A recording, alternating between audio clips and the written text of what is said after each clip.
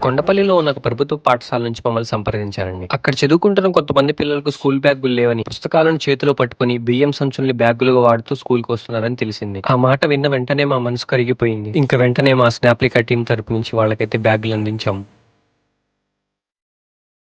ప్రతి పిల్లవాడికి చదివే హక్కు ఉంది. ఒక్క బ్యాగ్ వాళ్ళకి చిన్న బహుమతి కావచ్చు. కానీ ఆ బ్యాగులో వాళ్ళ భవిష్యత్తు, వాళ్ళ ఆశలు, వాళ్ళ కలలు దాగి ఉన్నాయి. కడుపు నిండా తిండి లేకపోయినా, వాళ్ళ కాళ్ళకు చెప్పులు లేకపోయినా, చదువుకోవాలనే ఆశ మాత్రం వాళ్ళ కళ్ళల్లో కనిపించింది. ఆ చిన్న కళ్ళల్లోని ఆశను చూసినప్పుడు మా హృదయం కరిగిపోయింది. చదువు అనేది ఒక అవకాశం కాదు, ప్రతి చిన్నారి హక్కు.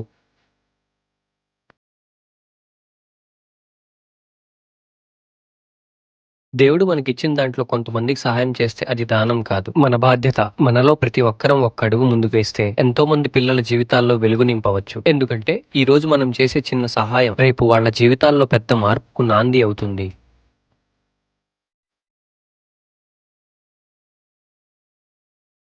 ఈ రోజు ఈ పిల్లలు ఈ పరిస్థితిలో ఉన్నారు. రేపటి రోజున వీళ్ళలో ఒక డాక్టర్ ఉండొచ్చు, ఒక లాయర్ ఉండొచ్చు, ఒక పోలీస్ ఉండొచ్చు, ఒక సమాజ సేవకుడు ఉండొచ్చు. ఎందుకంటే పేదరికం వాళ్ళ పరిస్థితి మాత్రమే, వాళ్ళ భవిష్యత్తు కాదు.